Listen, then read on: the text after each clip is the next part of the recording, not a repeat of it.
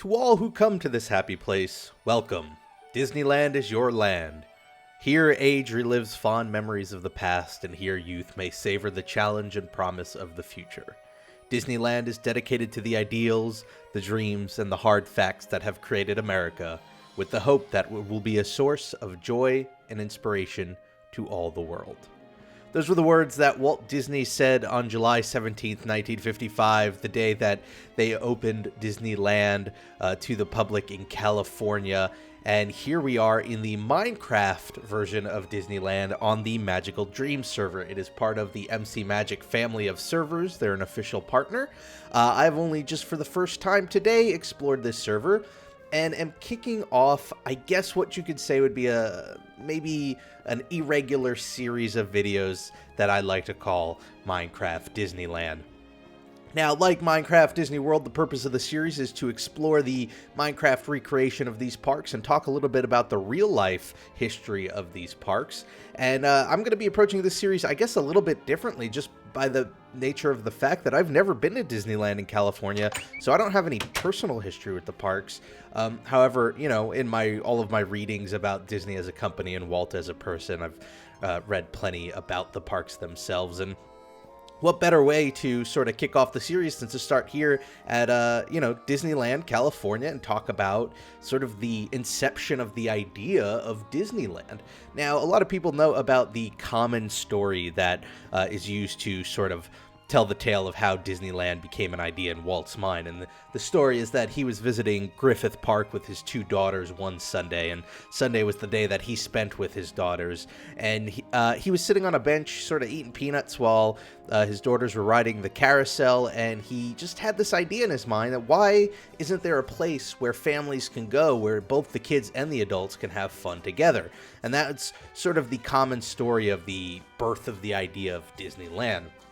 There were a couple of other inspirations there, not as great of a story, but still definitely something that was in Walt's mind. For one, his father, Elias, had worked on the construction site for the World's Columbian Exposition in 1893 in Chicago. We know it as the World's Fair, the Chicago's World's Fair. So, there's a belief that hearing tales of the World's Fair that, his father got to see had an impression on a young Walt's mind. But beyond that, there were also plans for like this Mickey Mouse park that Walt really wanted to put together. The thing is, a lot of people would write in and they'd want to visit Walt Disney Studios. At this point, Disney was a big, company. They were known for their animations. But a functional animation studio is not really the best place to visit in terms of just excitement and entertainment. There's a lot of hard work going on, but there's nothing really to do. So what Disney wanted to do is he wanted to build what, he was calling a Mickey Mouse park, a little park with little attractions in it across from the studio so that people who came to visit the studio would have something fun to do. And so the combination of all these sort of inspirations came together, and that's where he really got this idea of having this theme park, which was a completely novel idea at the time. Before this, there weren't really theme parks as we know it today. What there were carnivals. They often had very seedy reputations. They weren't very safe. They weren't very clean. There wasn't a dedication to cleanliness and presentation the way Disney has sort of focused on in the parks here. Now, he originally wanted to get a plot of land in Burbank, right across the street from the studios that they were working in, but ultimately what he ended up doing was buying 160 acres of orange groves in Anaheim, which was southeast of Los Angeles, and the space that he was going to originally use, which was going to be across the street from the studio, ended up being where the animation studios are today. And so it was decided that Anaheim would be the home of Disneyland in California. Now, what's really interesting about Disneyland is that because it was the first of its kind, really, they had to really try new and interesting ideas when it came to funding this park, because it was an expensive venture. It cost $17 million in 1954 to build Disneyland, which adjusted to inflation today is about $150 million. Now, Disney Studios was doing well at the time, but it wasn't doing well enough that it could have really paid that price on its own.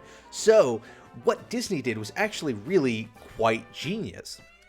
You have to realize at the time, the mid-50s, television was still a brand spanking new medium, and it was a medium that a lot of Hollywood was very afraid of, and they were trying to distance themselves from it. They didn't want to get involved in the television industry because to them, they didn't want to be competing. They thought, television was a competition to film, and so they wanted nothing to do with it. However, what Disney did was pretty smart. He ended up creating a television series called Disneyland. And what he did is he gave that exclusively to the network ABC, and in return, the network helped finance the park.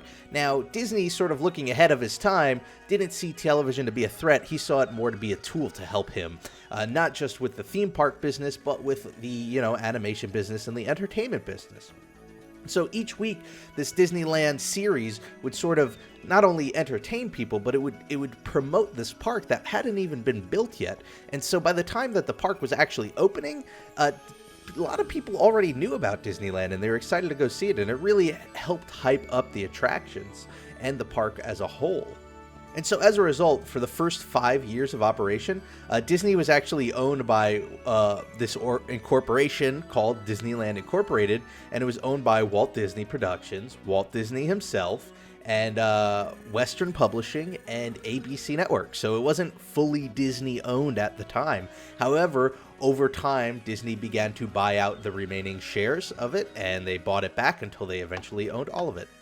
Another cool thing that Disney did to try and make some money is they actually rented out a lot of the shops on Main Street to outside companies. But again, over time, they sort of bought back those shares. They took back those stores for themselves. And it's very interesting because it created this precedent where, and you actually see this in Disney World as well, these shops were selling very unique and different items. At the time, there would be a shop that would be like, say for instance, a glassmithing shop that actually specialized in selling glasswares. Now, eventually today, we sort of know it as all these shops selling Disney merchandise, but at the time, it was a place where you can actually shop for different things. So with their $17 million, they went ahead and they spent just a little over a year. In fact, they spent a year and 1 day. They started construction on July 16th, 1954, and they finished Disneyland on July 17th, 1955. Of course, I say finished very loosely because the parks were never meant to be finished. But it was construction over the course of the year. The opening day was almost famously at this point, or I guess you could say infamously, a disaster. They call it Black Sunday now. It was really, really bad. About 28,000 people actually attended the opening. However, only half of them were actually legitimately invited to the parks to attend that opening. There was a rampant case of counterfeit tickets being sold, and so a lot of people who shouldn't have been there were there. There were a lot of problems. I mean, it's Sunday in the middle of the summer, so it's like the height of the season. So it was really hot. It was over 100 degrees.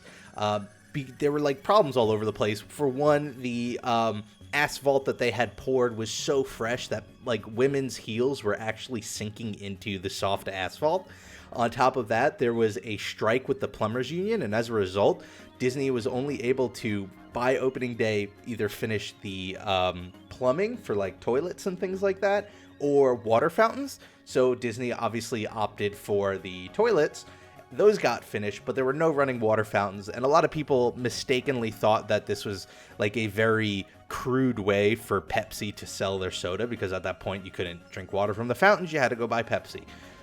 They ran out of food because there were far more people than they were expecting. Rides were breaking down. It was really a mess, and it's funny because this happened in 1955, but, decades later when Disney World would open up in the 70s, they were still remembering that day so much that they went and they did the exact opposite, and they opened Disney World in October because they wanted it to be at the lowest point of the season so there wouldn't be any problems. So it's funny how, they've learned their lessons early on, and that helped them out, decades later when they were working on other projects.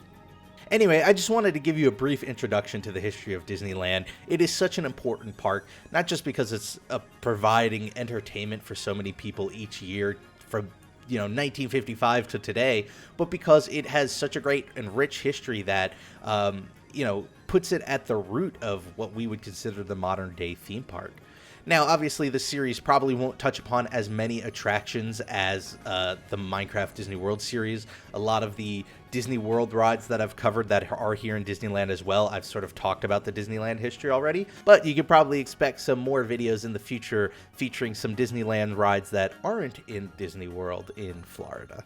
Anyway, I want to thank you for watching. If you want to check out this server, it is the Magical Dreams server. You can find the IP in the description below, and you can check it out yourself. They do some pretty cool tricks here, like, for instance, each of these attractions sort of have their own resource packs that automatically download. And if you head on over to mcmagic.us, they actually have a full list of all of the partnered servers in the MC Magic family of servers, which include things like Disneyland Paris and Disneyland Tokyo, and some other cool parts like Craft Venture. Anyway, thank you for watching, everybody. Have a great week. Whatever you're doing, make the most of it because it makes it that much better. And I hope to see you all next time for the next episode of Minecraft Disneyland.